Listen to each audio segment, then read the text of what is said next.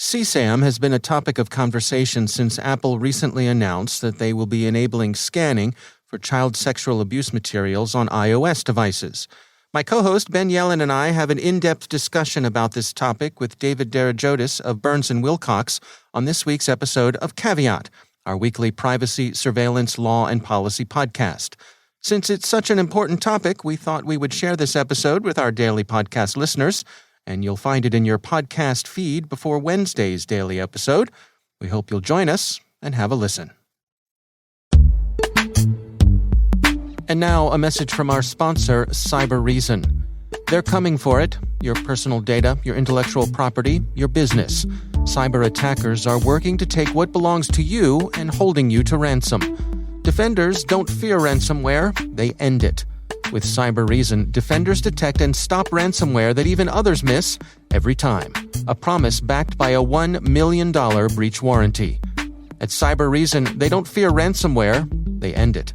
Learn more at cyberreason.com/ransom. And we thank CyberReason for sponsoring our show.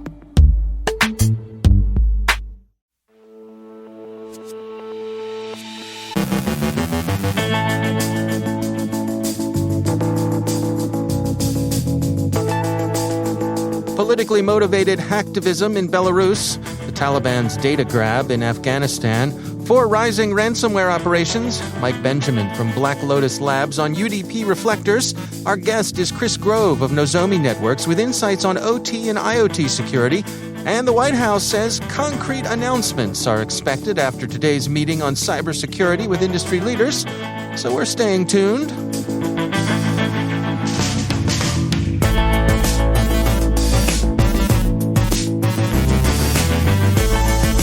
From the CyberWire studios at Data Tribe, I'm Dave Bittner with your CyberWire summary for Wednesday, August 25th, 2021.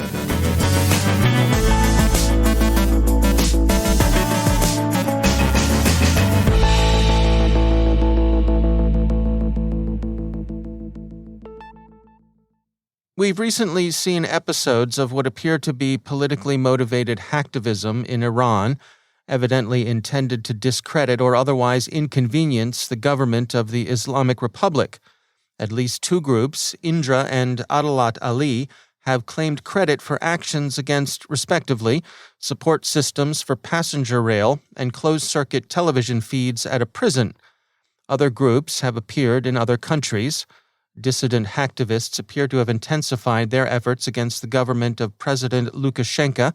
The Belarusian cyber partisans, Bloomberg reports, claim to have compromised a large number of official databases, including lists of alleged police informants, personal information about top government officials and spies, video footage gathered from police drones and detention centers, and secret recordings of phone calls from a government wiretapping system. They've released some of these publicly, and Bloomberg says that they've shown some of the rest of their take to Bloomberg, enough to convince them that the Belarusian cyber partisans have indeed obtained at least a significant fraction of what they claim to have taken. Releasing lists of informants or personal information about government officials and operators are always a serious matter, whatever one thinks of the much-criticized Belarusian regime, generally regarded as the last traditional dictatorship remaining in Europe. Doxing has consequences for its targets even in societies with strong civic institutions and a tradition of the rule of law, neither of which are to be expected in most parts of the near abroad, least of all in Belarus. Compromise of such information is unlikely in the long run to play out benignly in Minsk. In any case, the Belarusian cyber partisans' aim is the overthrow of President Lukashenko's regime. The cyber partisans said, quote, Operation Heatwave is part of a general plan to free the Belarusian people from tyranny, end quote. That the hack they claim to have carried out actually took place in some form isn't in doubt. Last Wednesday, the Moscow Times reported the Belarusian court designated the cyber partisans as an extremist organization, taking official notice of their cyber operations. The fact that data can be toxic, whatever government collects it, may be seen elsewhere. Concern persists over the growing likelihood that the Taliban will exploit data seized from the wreckage of the former U.S.-supported Afghan regime. Politico reports on the ongoing U.S. effort to contain the damage. Their story observes that, quote, telecom companies store reams of records on who Afghan users have called and where they've been.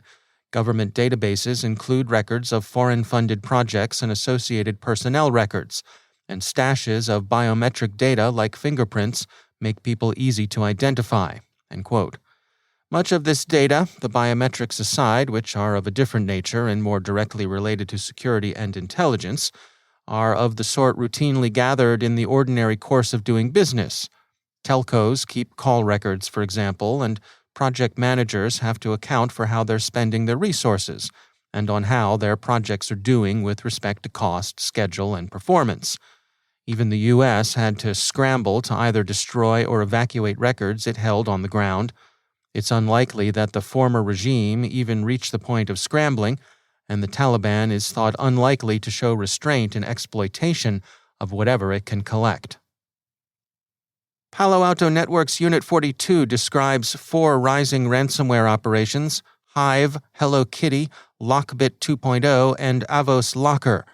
The gangs behind them run complex and effective extortion campaigns. Unit 42 expects them to become increasingly prevalent. Palo Alto writes, quote, Avos Locker is ransomware as a service that started operations in late June, using a blue beetle logo to identify itself in communications with victims and press releases aimed at recruiting new affiliates, end quote. Its operations claim to have counted coup against the organizations in Belgium, Lebanon, Spain, the UAE, the UK, and the US. Their initial ransom demands have run between $50,000 and $75,000. The researchers say that Hive ransomware is double extortion ransomware that started operations in June. Hive uses all tools available in the extortion toolset to create pressure on the victim, including the date of initial compromise, countdown, the date the leak was actually disclosed on their site, and even the option to share the disclosed leak on social media. Hello Kitty isn't a true newcomer, but it's on the rise in any case. Palo Alto says they've tracked it since 2020. It began as a Windows shop, but last month it fielded a Linux variant that worked against VMware's ESXi hypervisor, a product that's widely used in cloud and on-premises data centers.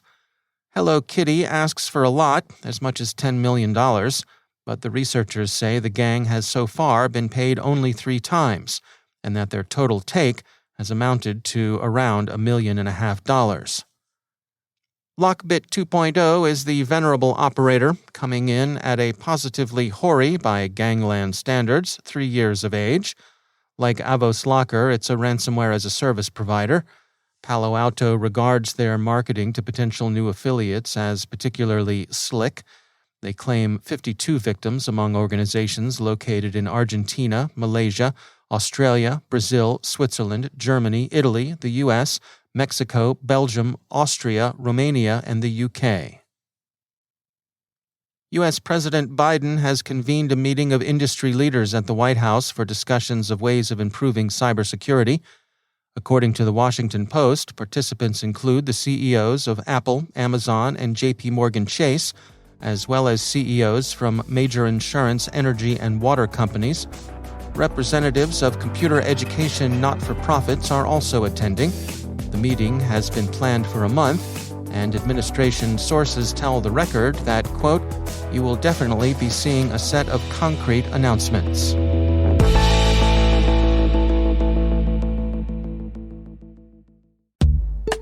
It's time to take a moment to tell you about our sponsor, Recorded Future. If you haven't already done so, take a look at Recorded Future's Cyber Daily. We look at it. The CyberWire staff subscribes and consults it daily. The web is rich with indicators and warnings, but it's nearly impossible to collect them by eyeballing the internet yourself, no matter how many analysts you might have on staff, and we're betting that however many you haven't got enough. Recorded Future does the hard work for you by automatically collecting and organizing the entire web to identify new vulnerabilities and emerging threat indicators. Sign up for the Cyber Daily email to get the top trending technical indicators crossing the web: cyber news, targeted industries, threat actors, exploited vulnerabilities, malware, and suspicious IP addresses. Subscribe today and stay ahead of the cyber attacks. Go to recordedfuture.com/cyberwire to subscribe for free threat intelligence updates from Recorded Future. And we thank Recorded Future for sponsoring our show.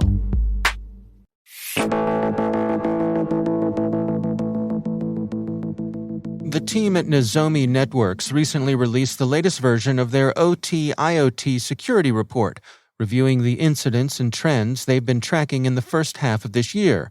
I checked in with Chris Grove, security strategist at Nozomi Networks, for highlights from the report. So first, the sector that most vulnerabilities have been found in recently is the critical manufacturing sector. So the types of devices you'll find in there are programmable logic controllers, or they're PLCs. And they come from companies like Rockwell, Siemens, and others. We're not throwing anyone under the bus here. I'm not mentioning them because they've had a certain number of vulnerabilities, but typically the manufacturers you'll find in the operations side are not the same ones that we'll find on the IT side. Interesting. And are the issues here primarily ones of configuration, or are there built-in vulnerabilities in these devices, or is it a combination of both? So it depends on where the operator is in their journey of what we call the IT-OT convergence, which is where the IT systems are sort of creeping into the operations side, and more things that the operations technology folks leverage nowadays sort of come from IT. Like having authentication on a system is not something typically that they would have had before. So in order to bring it in, they would bring in IT type technologies to get there. The problem is that the technologies are so different and the teams that work on them are so different that the languages that they use could be totally different as well. And so it's going to really depend on where they are in their journey. If they still have an IT cybersecurity team that doesn't know where the factory is, they don't know anyone out there at the plant, they're going to be more challenged to solving these types of problems than someone who has a fully integrated cybersecurity team on the operations side, and then they understand the ramifications of those vulnerabilities. But if I just simplify it, generally, the operations technology vendors are producing what's called insecure by design products that these PLCs and these remote terminal units and this OT hardware is not designed to withstand an attack. It doesn't have built-in defenses. It doesn't have update mechanisms or authentication, even built-in firewalling, virus scanning. None of that stuff exists in these industrial controllers. So the vulnerabilities that we find tend to be much more important because we rely on this hardened layer around that operations technology to protect it. So a vulnerability in an IT system could lead to something much worse. Just look at what happened to Colonial Pipeline, where an IT system came under attack. It was their scheduling system, which caused a problem on the OT side that resulted in the shutdown of the pipeline. So what are the recommendations here? How do you suggest that folks best go about defending themselves? So first, a mature cybersecurity program is going to be the best defense. So start investing last year is the best. Right. You need it in place before the incident happens. When you're in the midst of an emergency, it's not the right time to start shopping for defenses. Doing tabletop exercises and asking the organization the tough questions that many times don't get asked. Like, we got breached. Let's move to a post-breach mentality. Let's not pretend like our defenses are working. They got in. Just like these other hard targets, they get broken into. So let's stop pretending like it's never going to happen. Let's say that it happened. What do we need to move forward? What tools will we need? What data will we need? How do we recover these systems and get them back in our control? And then how do we make that whole process better? And in many cases, they're going to find out the things that they need were visibility. They needed to know the blast radius of the attackers, how they got in, where did they go, where are they now, where are they lurking, and where are they going to emerge from once we clean this environment up? And then they're going to need backups, and backups not just for machines, but operational backup. How do you restore operations when multiple components are down?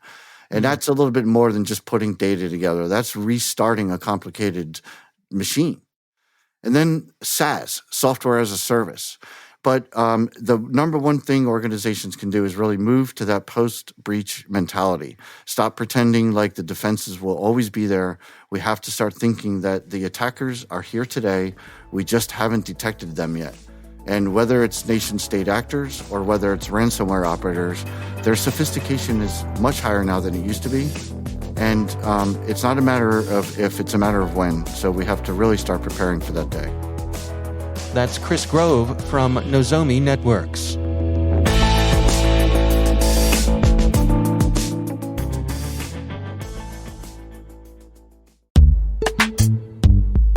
And now, a word from our sponsor, Ningio. Are you still measuring the success of your cybersecurity awareness training program by the number of people who take simulated fish bait? That was yesterday's thinking. Reactive metrics don't provide an accurate indication of a true cybersecurity-aware culture. Instead, it's about proactive metrics that offer deep insight into how your employees are thinking about cybersecurity, what encourages them to report suspicious activity, and how often they are thwarting attacks. That's where Ningio comes in. Through animated micro-learning episodes featuring celebrity actors, Ningio empowers individuals and organizations to obtain the proactive skills, habits, and behaviors to truly become defenders against cyber threats. Let Ningio show you how to create proactive cybersecurity-aware cultures from the inside out. New Ningio episodes release every month. So head over to ningio.com, that's Ninjio.com, to learn more and watch their latest episode for free. And we thank Ningio for sponsoring our show.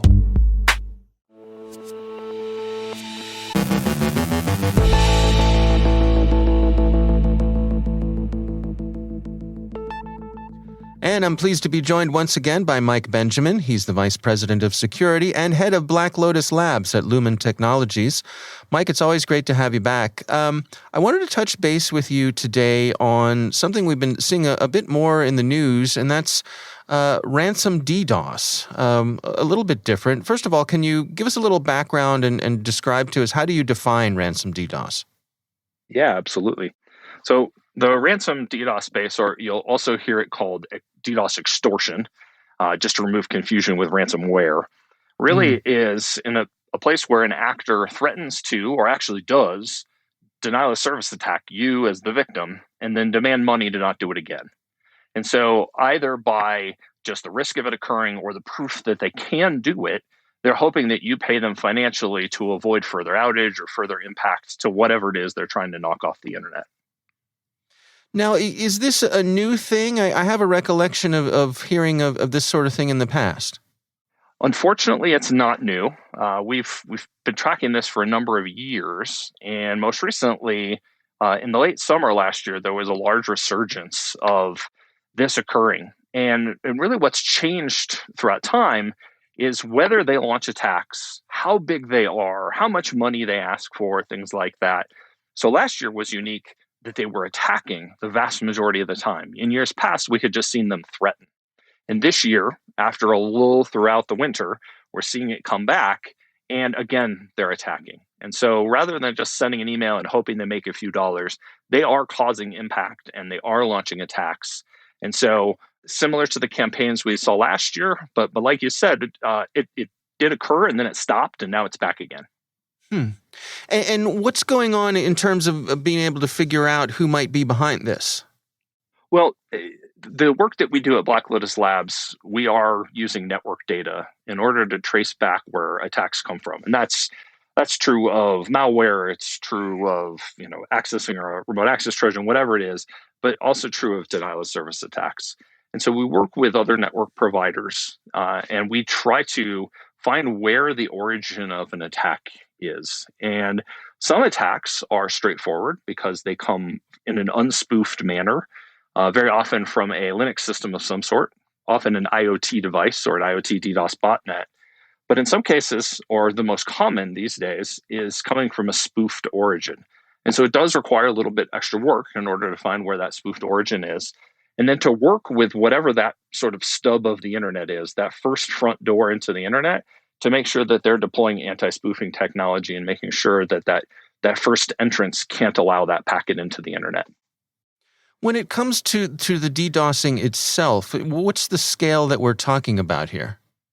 Well, attacks in general these days can get into a relatively common occurrence of hundreds of gigabits a second. In the case of this particular actor, the last few weeks, what we've been seeing is more in the tens of gigabits. But if you think about your average connection to your average company, tens of gigabits is more than enough to cause a material impact to network connectivity. Thankfully for larger infrastructure, that's not going to cause that big of an impact. But even folks with large capacity may have applications sit on a single server. Tens of gigabits of inbound traffic can cause a problem for most any server. And so what's your advice for folks to prevent this? Well, the first is making sure that there's filtering on protocols that aren't needed as far upstream as possible. So the protocols that are used in those UDP attacks are what we would call reflection or amplification attacks, where a request is sent to a real server, but the response is sent to where the actor spoofed it from. And so that being the victim. So major DNS servers, NTP, a number of other services will be the source of the packet. However, while we all do need DNS and NTP in most of our infrastructure, we don't need it on every IP address. And the actor is using things like connectionless LDAP, Memcached, SSDP, these other protocols that most of us don't need at the perimeter of our network. And so filtering those entirely, and then going back to the DNS and the NTP we do need and rate limiting them to the point where if an attack does happen to hit the real place we pull our NTP or our DNS through, at least it's not knocking the entirety of the network connection down. So that's sort of step one, is making sure the front door is as closed as possible. The next is thinking about how to distribute applications and distribute infrastructure and put things in more places. Obviously, it's harder to attack something if it exists in more places. But at the end of the day, there does hit a volume. And while I said earlier that we see tens or hundreds of gigabits, we have seen terabits of attack traffic. At some point, it does require DDoS mitigation from an upstream. And at some point, it does need some help. But those other things can be there to help along the way. All right. Well, good advice as always. Mike Benjamin, thanks for joining us.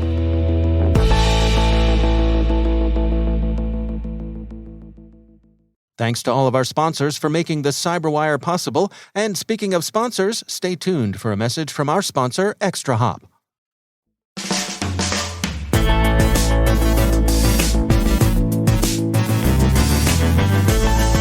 And that's the CyberWire. For links to all of today's stories, check out our daily briefing at thecyberwire.com. The CyberWire podcast is proudly produced in Maryland out of the startup studios of Data Tribe, where they're co-building the next generation of cybersecurity teams and technologies. Our amazing CyberWire team is Elliot Peltzman, Trey Hester, Puru Prakash, Justin Sabi, Tim Nodar, Joe Kerrigan, Carol Terrio, Ben Yellen, Nick Valecki, Gina Johnson, Bennett Moe, Chris Russell, John Petrick, Jennifer Iben, Rick Howard, Peter Kilpie, and I'm Dave Bittner. Thanks for listening. We'll see you back here tomorrow.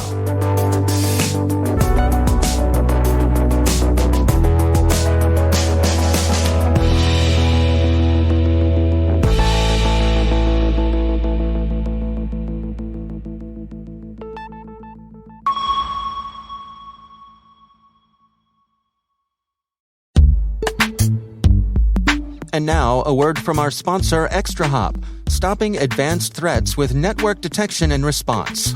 Let's face it, cyber attackers have the advantage. ExtraHop is on a mission to help you take it back. Regain the upper hand with security that can't be undermined, outsmarted, or compromised. With complete visibility from ExtraHop, enterprises can detect malicious behavior, hunt advanced threats, and forensically investigate any incident with confidence. When you don't have to choose between protecting your business and moving it forward, that's security uncompromised. See how it works in the full product demo, free online at extrahop.com/cyber. That's extrahop.com/cyber. And we thank ExtraHop for sponsoring our show.